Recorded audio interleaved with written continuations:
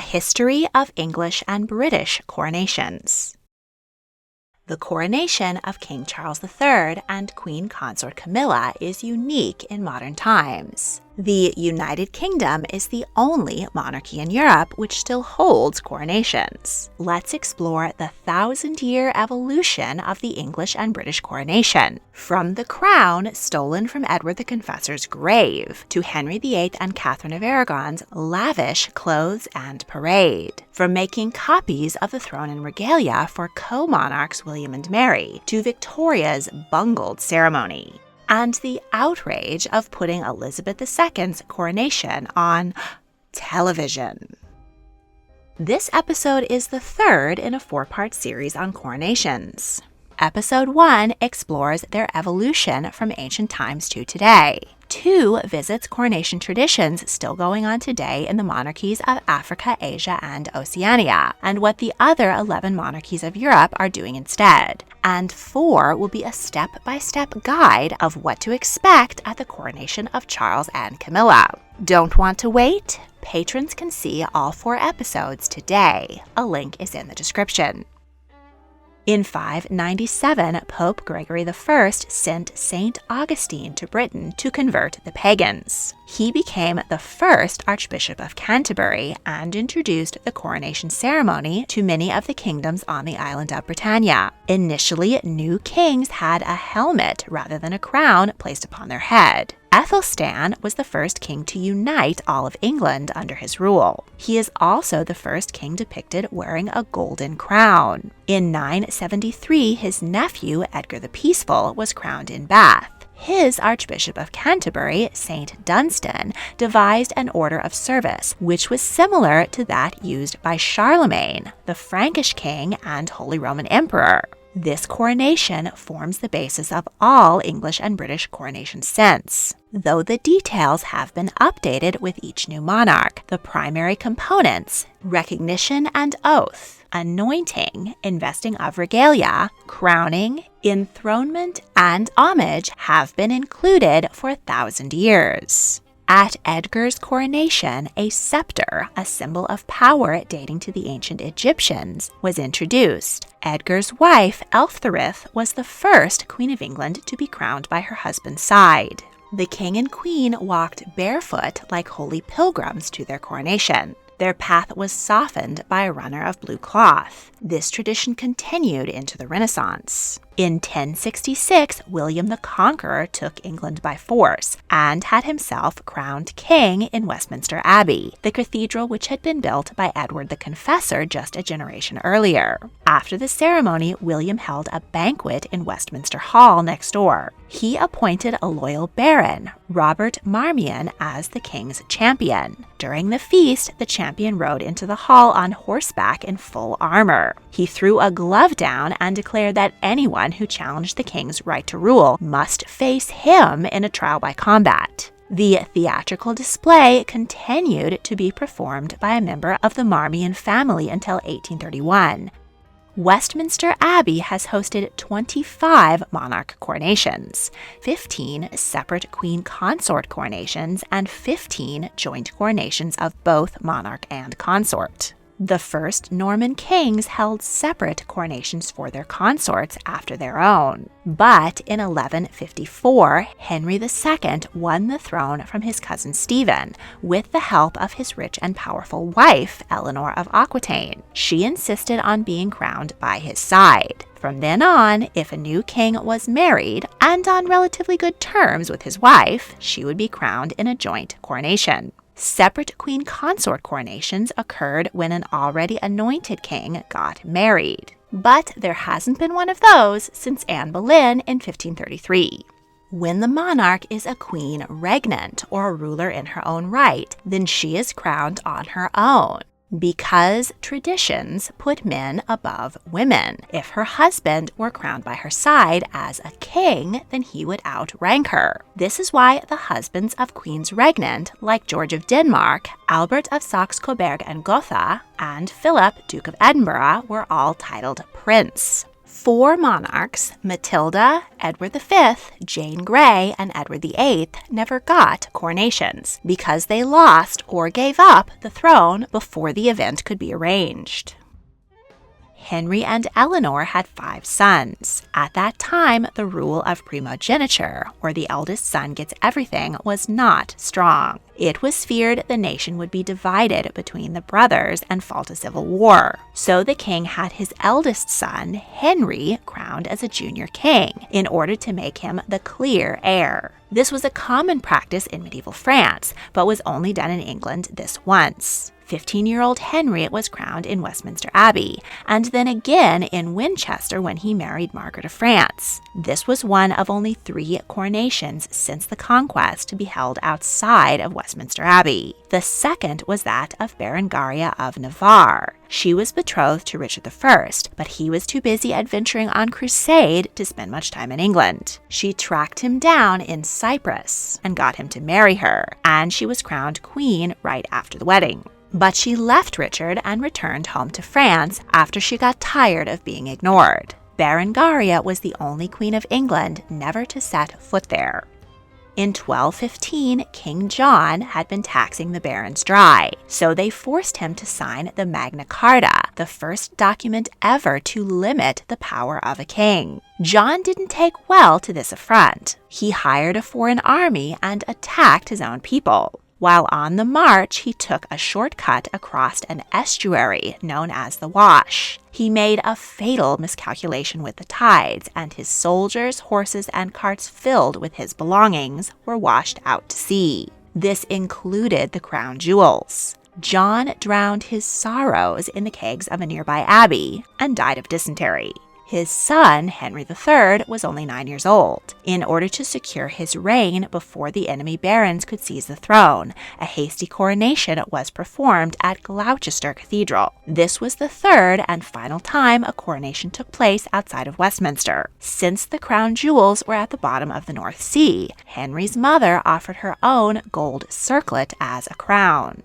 Just to make sure everything was legit, Henry had a second coronation in Westminster 4 years later. But he needed a new crown. St. Edward the Confessor had recently been canonized as a saint, thus any objects connected with him were holy relics. The monks at Westminster Abbey, where the king was buried, claimed the royal saint had asked them to use his regalia in the coronations of future kings. The monks produced a gold crown set with small stones and a scepter, 2 rods, rings, and other holy vestments, all stolen from the saint's grave. Edward's burial loot was used in the coronations of England's monarchs for the next few hundred years. As St. Edward's crown was a holy relic, it was not permitted outside of Westminster Abbey. Thus, kings had state crowns and battle crowns made to wear on other occasions. Up to this point, kings were not considered to have begun their reign until the moment the crown was placed on their head. So the coronation took place as soon as possible after the death of the previous king.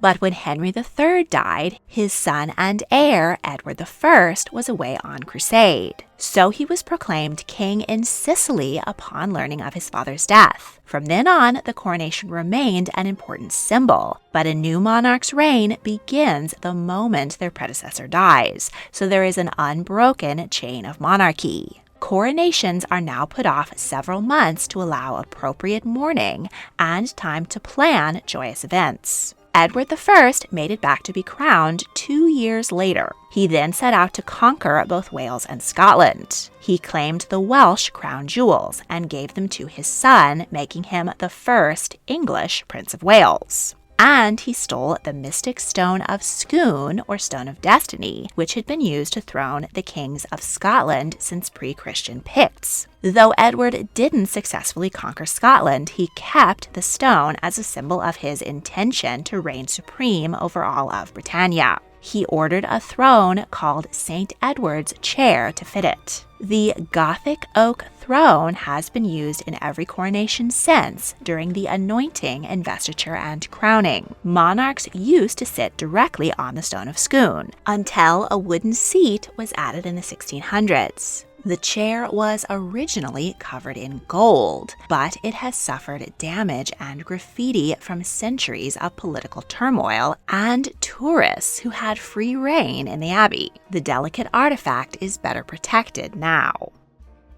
In 1377, the new king, Richard II, was a 10-year-old boy. His counselors feared that he would not command respect. So, the first Duke of Norfolk was appointed Earl Marshal of England and placed in charge of organizing a grand coronation that would impress the people with the greatness of the new monarch. He planned a parade. Richard rode on horseback through the decorated streets of London, with the court in full livery behind him. Bands played, wine flowed from public fountains, and the placated people cheered. The procession worked so well that the 18th Duke of Norfolk is still the Earl Marshal, and like his ancestors before him, he is in charge of planning the coronation of Charles III. The Libra Regalis, or Royal Book, was most likely compiled in 1382 for the coronation of Richard II's consort, Anne of Bohemia. It has been used as the guide for every coronation since. In 1464, King Edward IV married Elizabeth Woodville and had his bride crowned queen in Westminster Abbey. She was dressed head to ankle in royal purple, striking as most queens before and since have worn white cloth of gold. She walked barefoot under a purple silk canopy. The king threw a grand feast and jousting tournament in her honor. In 1485, Henry Tudor defeated King Richard III at the Battle of Bosworth. According to legend, the vanquished king's helmet crown was found under a bush and placed on the head of the victor in an impromptu battlefield coronation. But King Henry VII did have an official coronation at Westminster 2 months later to cement his claim to the throne. On June 24, 1509, 2 months after his ascension and 2 weeks after they were married, Henry VIII and Catherine of Aragon paraded to Westminster Abbey to be crowned. They had spent 2 nights previous in the Tower of London, where the king kept a traditional all-night vigil. On the afternoon before the coronation, the couple paraded through London. The streets were luxuriously decorated with tapestries and cloth of gold. Crowds were so large that railing had to be put up. At the front of the parade were Henry's friends, whom he had just created Knights of the Bath, wearing blue gowns. The Constable of England carried a silver baton. Crowds cheered when King Henry made his appearance, riding a horse adorned with gold damask and ermine. Above him was a golden canopy carried by 4 barons. The handsome 18-year-old king wore robes of crimson velvet trimmed with ermine over a gold jacket covered with a breathtaking array of sparkling diamonds, rubies, emeralds, and pearls. Around his neck was a collar of huge violet rose rubies from Afghanistan. He was followed by lords, knights, and equerries decked out in their finest. Next came Queen Catherine, in a litter supported by 2 white horses, adorned with cloth of gold. She wore a gown of embroidered white cloth of gold, with her hair flowing loose and a coronet of rich stones. Behind the queen were chariots of ladies-in-waiting wearing colorful silks. Things went sour between Henry and Catherine, so he split from the Catholic Church and made England Protestant to annul his marriage. His second wife, Anne Boleyn, was crowned queen in 1533. Henry pulled out all the stops. Anne was visibly pregnant, and the king wanted to make it clear that their child, whom he was sure would be a son, was his rightful heir. Anne processed through London, much as Catherine had done, and was entertained with lavish pageants, including a display of Greek gods who gave her costly gifts. At the Abbey, after her anointing, Anne prostrated herself on the floor before the altar, a difficult task while pregnant. Then the crown of St. Edward, until then reserved only for kings, was placed on her head. But alas, the baby she bore 4 months later was a daughter. Henry tired of her as well, and she was beheaded. Next he wed Jane Seymour, but he put off crowning her until after she produced a son. Jane succeeded in delivering the future Edward VI, but she died of childbed fever and never got her coronation. Henry VIII didn't bother crowning his next 3 wives. Anne Boleyn was the last consort to be crowned on her own.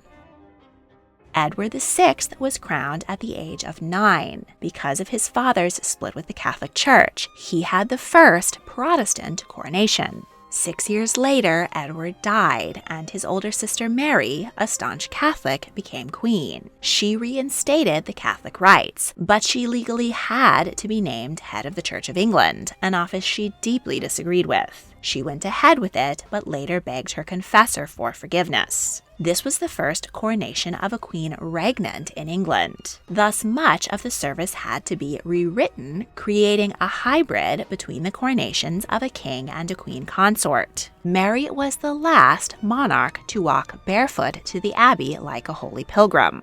6 years later, it was Mary's sister Elizabeth's turn to be crowned. She reused her sister's robes of cloth of gold and purple velvet, but changed the service back to reflect her Protestant beliefs. Mary had appointed a Catholic Archbishop of Canterbury, and he refused to crown Elizabeth. She was instead crowned by the Bishop of Carlisle and replaced Canterbury at the earliest convenience. Elizabeth's heir, her cousin, James I, had been crowned King James VI of Scotland at the age of 1. At 37, he rode south to London to be crowned king there as well. He ordered the Libra Regalis translated from Latin into English so the common people could understand the coronation. His son Charles I got into a disagreement with Parliament, which resulted in the English Civil War. The king lost his head in 1649, and England was a republic for a decade. The medieval crown jewels, including St. Edward's crown, were sold off, and the gold and silver melted to make coins.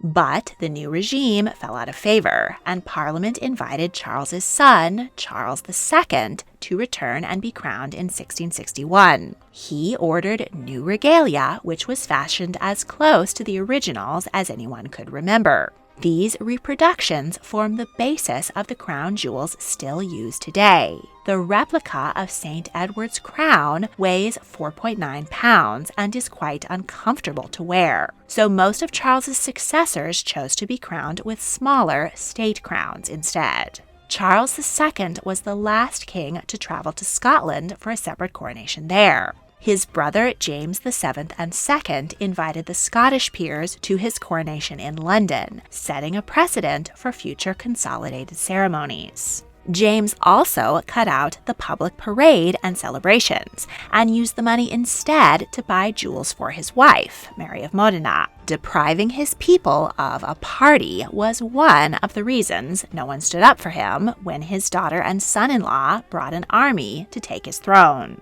In 1689, William III and Mary II became England's only joint monarchs. She had the better claim to the throne, but he had the army. Copies of the state crown, scepters, and coronation chair were made so that the couple could be crowned as equals. When the throne went to their German cousin, George of Hanover, in 1714, he required the service to be performed in Latin because he didn't speak English. Spendthrift George IV had the most lavish and expensive coronation yet. He ordered a set of new diamond-encrusted crowns, 27-foot-long crimson and ermine robes, which had to be carried by 9 men, and opulent gold and silver plate to be displayed during the service and sumptuous banquet. The total cost was £238,000, about £28 million today, and 20 times the cost of his father's coronation. The king demanded that guests wear Tudor or Stuart costumes of the finest materials, bought at their own expense. When his estranged wife, Caroline of Brunswick, showed up to be crowned, George ordered the doors of the abbey slammed in her face. His ruinous spending during an economic depression made him loathed by his people. When his brother, William IV, came to the throne, he had to be convinced to have a coronation at all. He finally agreed, but the ceremony was done on the cheap and criticized as a half-crown nation. the coronation banquet and the challenge of the king's champion. Spectacles which had gone on since 1066 were cut out. Rather than a posh costume, William merely wore robes over his naval uniform. Nearly all queens since the Middle Ages had worn gowns of white cloth of gold, but Queen Adelaide modernized the fashion and wore a white gown with gold embroidered flowers. William's niece, 18-year-old Queen Victoria, had a similar coronation, but with a bit of flair added back in. From her diary, "At 10 o'clock, I got into the state coach. It was a fine day and the crowds exceeded what I had ever seen. I reached the Abbey amid deafening cheers at 11:30. I first went into the robing room where I found my 8 train bearers, all dressed alike and beautifully in white satin and silver, with pink roses in the trimming. Then followed all the various things, and last the crown being placed on my head, which was, I must own, a most beautiful, impressive moment. All the peers and peeresses put on their coronets at the same instant. The shouts, which were very great, the drums, the trumpets, the firing of guns, all at the same instant, rendered the spectacle most imposing.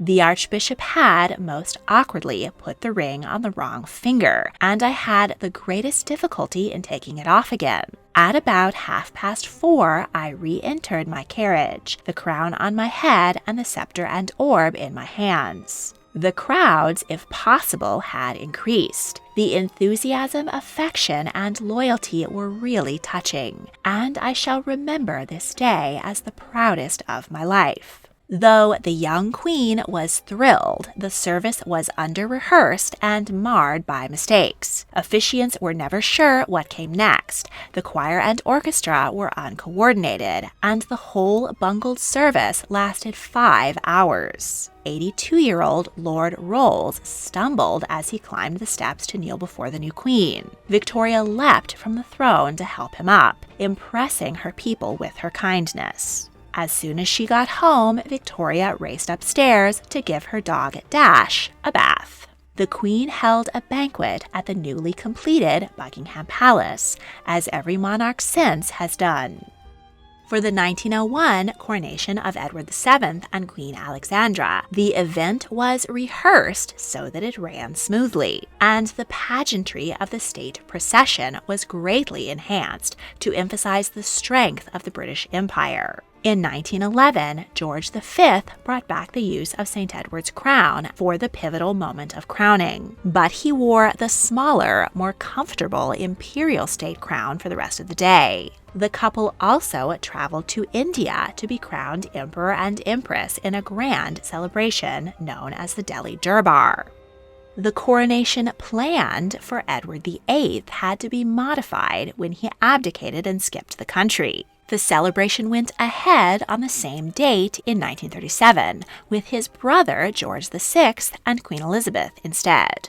The royal family waved to the crowds from Buckingham Palace for the first time. Looming war in Europe meant that the monarchs couldn't make it to a Delhi Durbar, and by 1947, India had gained independence.